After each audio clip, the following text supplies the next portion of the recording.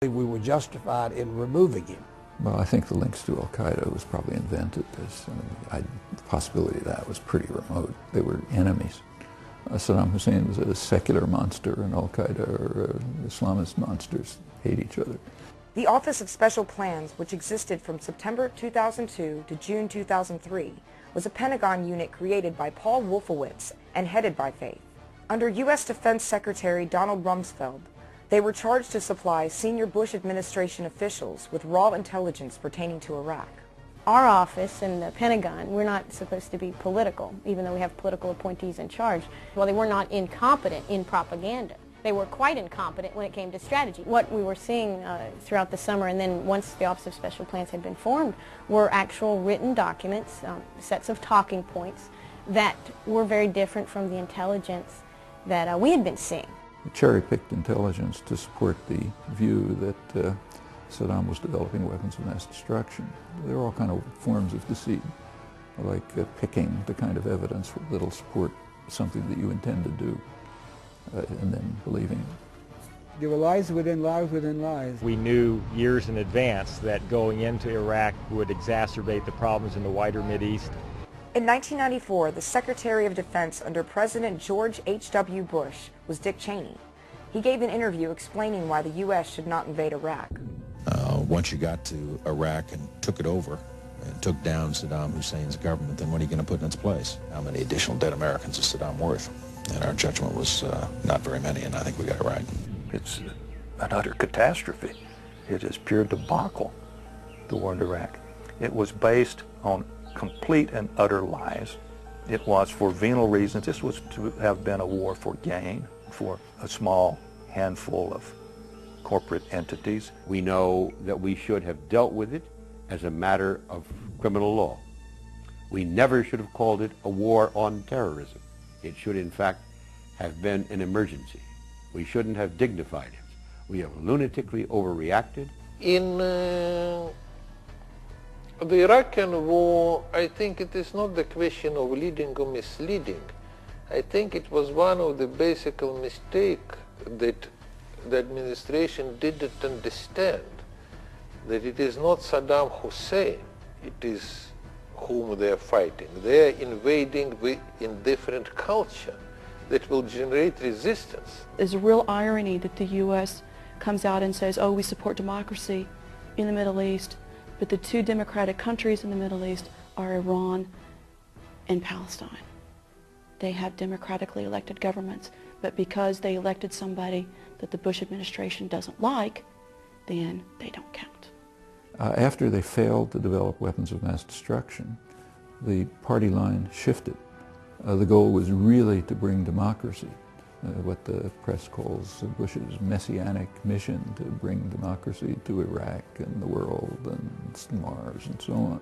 There are people in the administration, General Jay Garner. He did an interview back in February 2004, Government Executive Magazine, and he said, look, we're planning on being in Iraq for 20 or 30 years. I regret, however, that a sound post-entry strategy was not formulated, and I don't believe there was one. We've gone after the wrong people, and when we did go after them, we really didn't have a program. We really didn't know what we wanted to accomplish.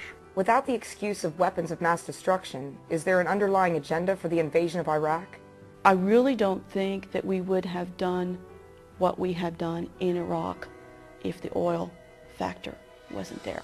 This kind of discourse is a clearly imperializing discourse that justifies intervention in parts of the world where one would like to establish military bases, where one would like to have control over the oil. That was the main rationale behind Operation Desert Shield. It was to protect the oil interest in the region. There were, in fact, major Texas-based oil companies that had broken the economic sanctions, but in a very, very lucrative fashion. Bay Oil had been paying money under the table to Saddam Hussein's government in order to get the most lucrative contracts so that their name would be boosted to the top to get contracts to buy Iraq's oil.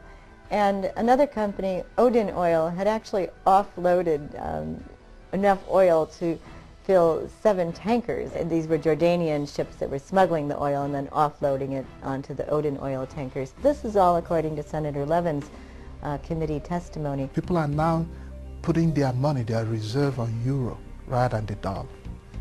And that is the most dangerous thing.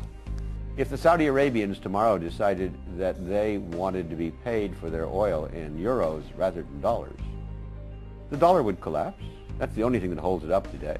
The stock exchange would collapse. We would be well on our way toward bankruptcy. Saddam Hussein, about a year and a half before the invasion, had switched from the dollar to the euro as the currency for oil transactions, and this is a real threat to the American system. And Iran has threatened to do the same thing. That's one reason the U.S. talks about invading Iran. Asia holds about, last I saw, about 50% of foreign reserves. China and Japan are financing the U.S. economy for a good reason. They want the dollar to remain high.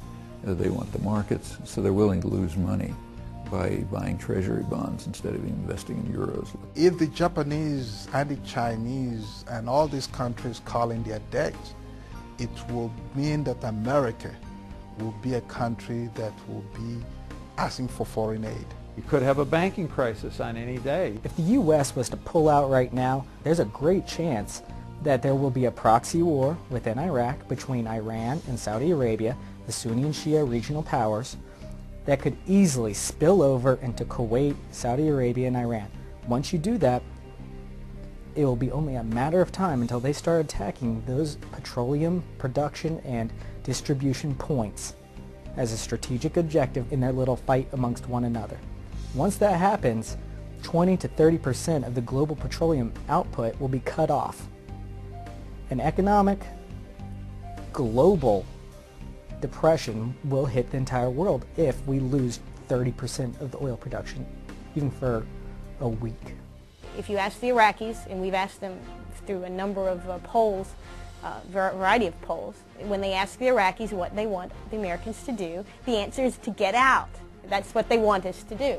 Whether it's quick or slow, they want us gone. I think you get out of it. I think you leave. What if we leave? Will there be a bloodbath between Sunni and Shia? There might be. Will it be any worse than what we're seeing now?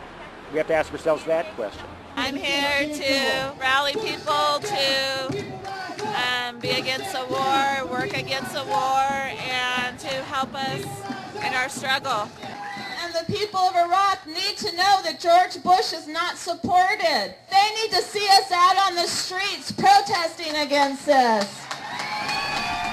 Muslims under the Ottoman Empire were a threat to Christian Europe through September 11, 1683.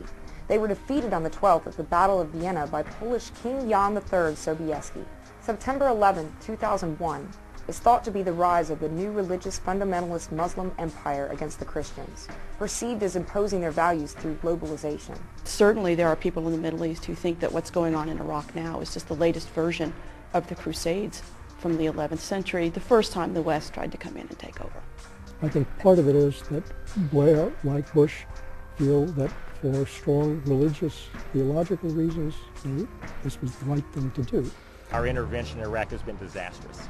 It has led to a confirmation that there's a battle between the East and the West. Our presence in Iraq has led people to believe that there's a battle of Christians versus Muslims, that the United States is out to impose their way of life in the Middle East. When fascism comes to America, it will be wrapped in the flag and carrying the cross. We were there to protect the oil fields, Saudi Arabia from Saddam. Al-Qaeda was upset with Christian soldiers being close to the holy sites.